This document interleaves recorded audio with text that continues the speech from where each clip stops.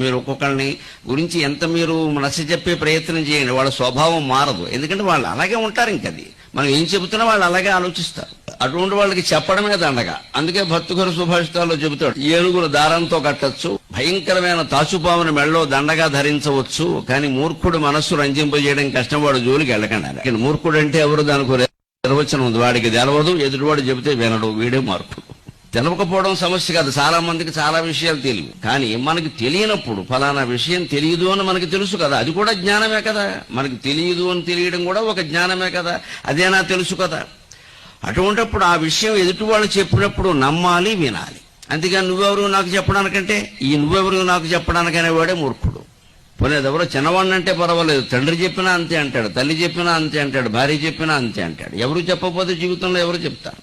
ఈ మూర్ఖత్వం నుంచి బయటపడాలంటే ముందు చదువు కాదండి, సంస్కారం చాలా ముఖ్యం.